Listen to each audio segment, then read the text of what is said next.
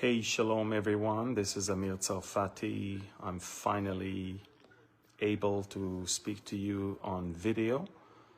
I just wanted to give you an update on what is going on. And, last time I was here on video, I told you Israel is about to strike in Iran.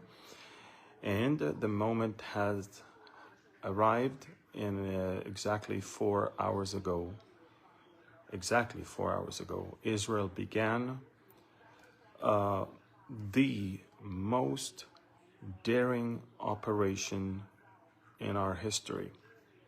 And the reason is we attacked in Iran, in Tehran, in all across Iran, in waves of attacks that are not over yet, in synchronization between fighter jets, fighters on the ground, drones, refueling planes, reconnaissance planes. This is an operation we've been planning and exercising for many, many years.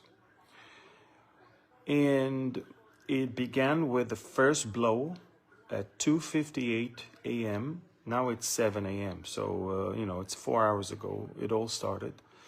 2:58, so 3 a.m. basically. The sirens went off all across Israel to let the Israelis know that there is a war.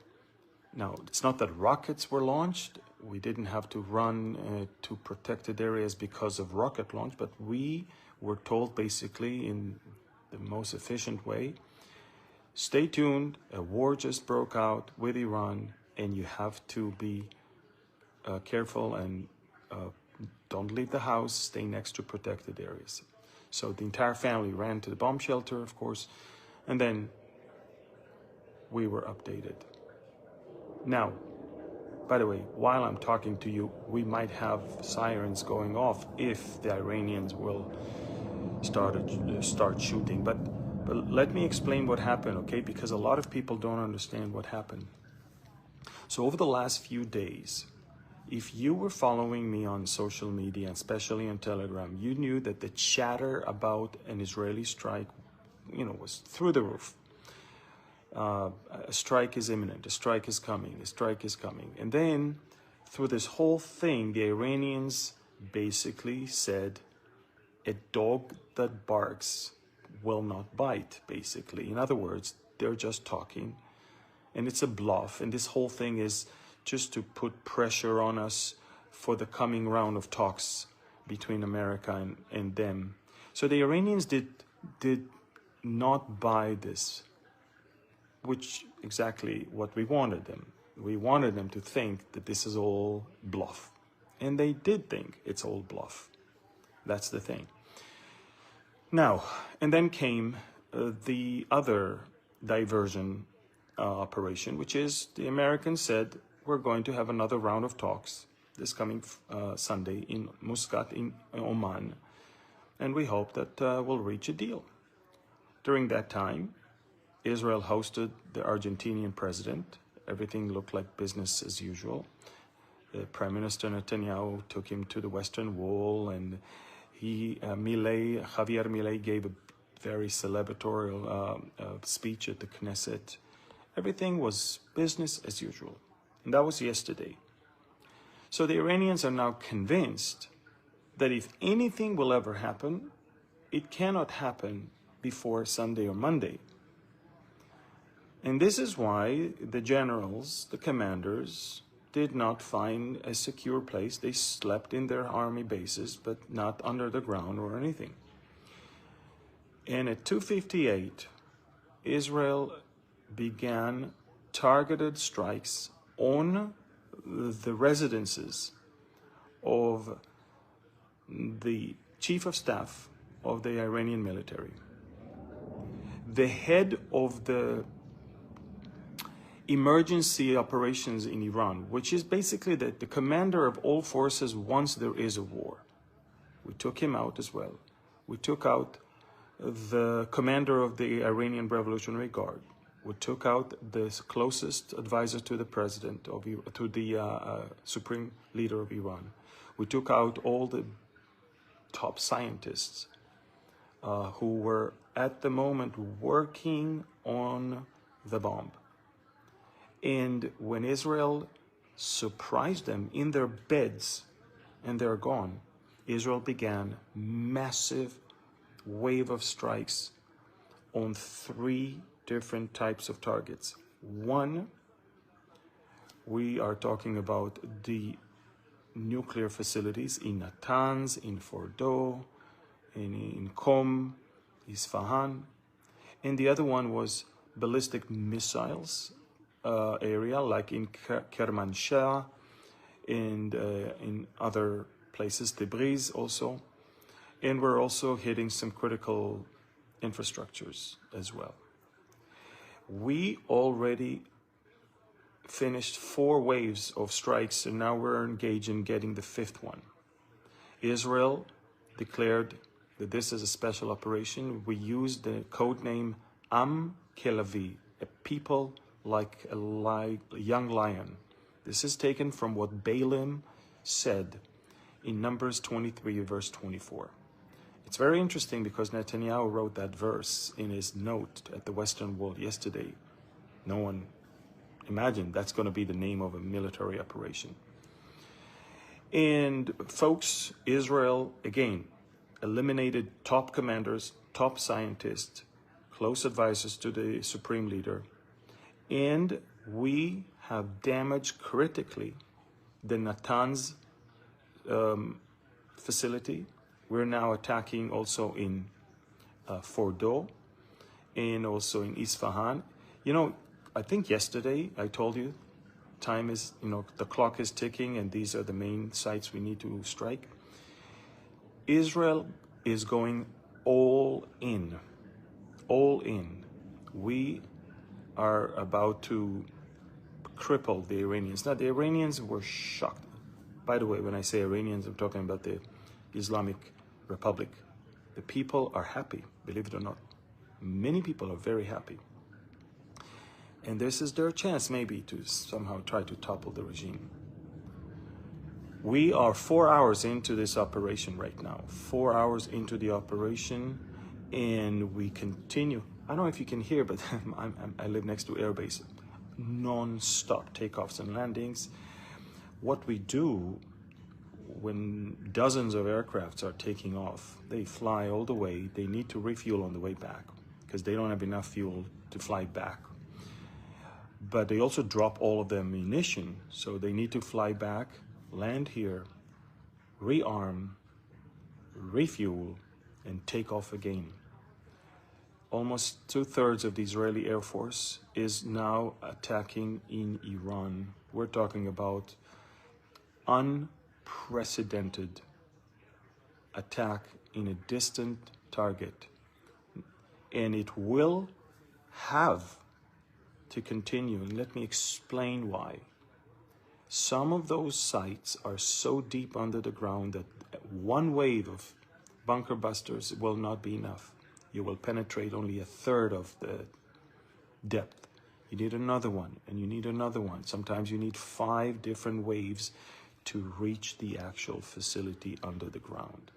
So we're planning on at least a week of non-stop attacks. Now, we're not fools. We know that the Iranians are going to retaliate.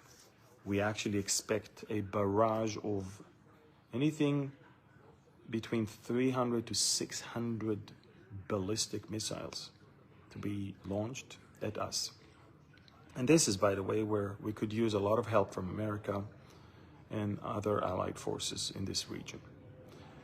Guys, we are ridding the world from the biggest headache in the Middle East, the nuclear program of Iran. And when Iran is crippled, the Houthis will be crippled. So if you want to solve the problem of the Houthis from Yemen, take care of the head of the snake first. And that's what we're doing right now.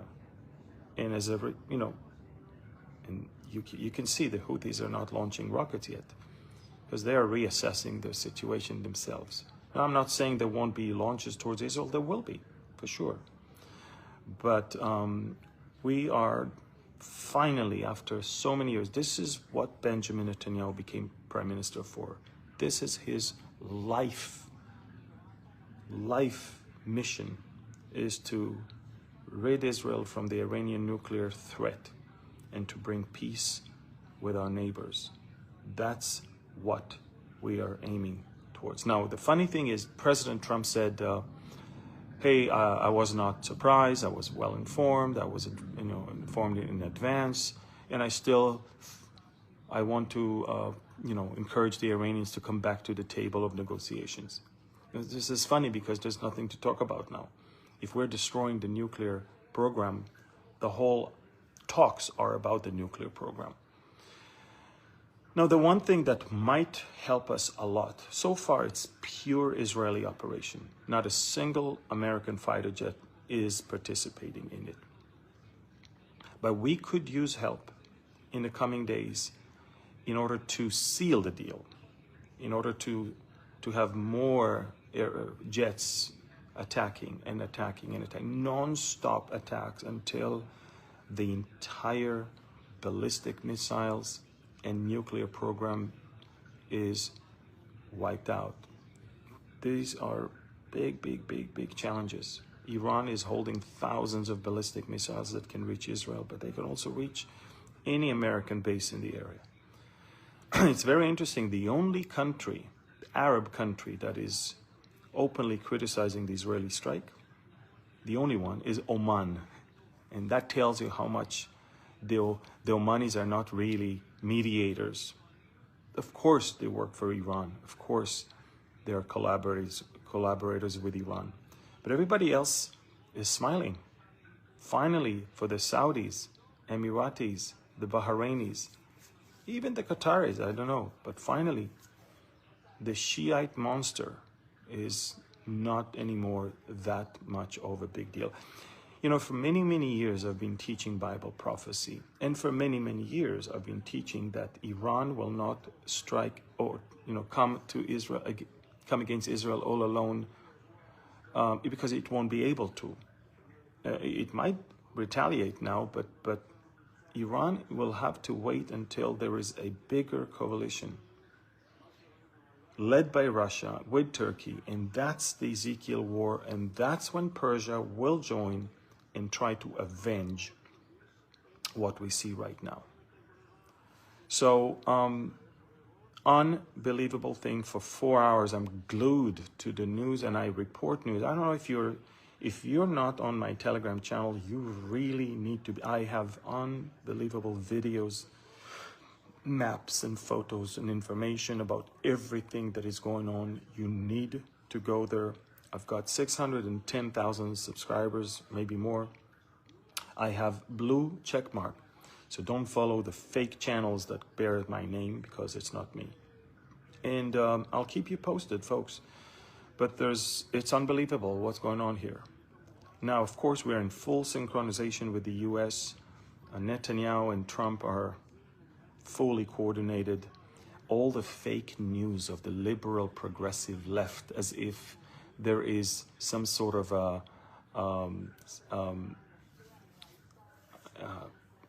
some tension between the two leaders and they're not synchronized, they don't see things the same way. This was all, it's fake. Not only it was fake news, but the Iranians themselves bought that crap. And then it worked for us, because we needed to put them to sleep. And they were asleep at 3 a.m. when we strike. So guys, go to my Telegram channel. I'm going to finish this right now, because I have to go back to Telegram, keep posting more and more things. On my Telegram, you can see who are the people that we have eliminated. Quite a lot, quite important people. And we're not done yet. Waves of strikes continue in Tehran, in Kermanshah, in Tabriz, in Isfahan, in Qom, in Iraq, where the heavy water reactor is, and of course in Natanz. Unbelievable things. go to my Telegram channel, subscribe, follow. It's free and it's super informative. Until then, pray for Israel. Thank you, and God bless you.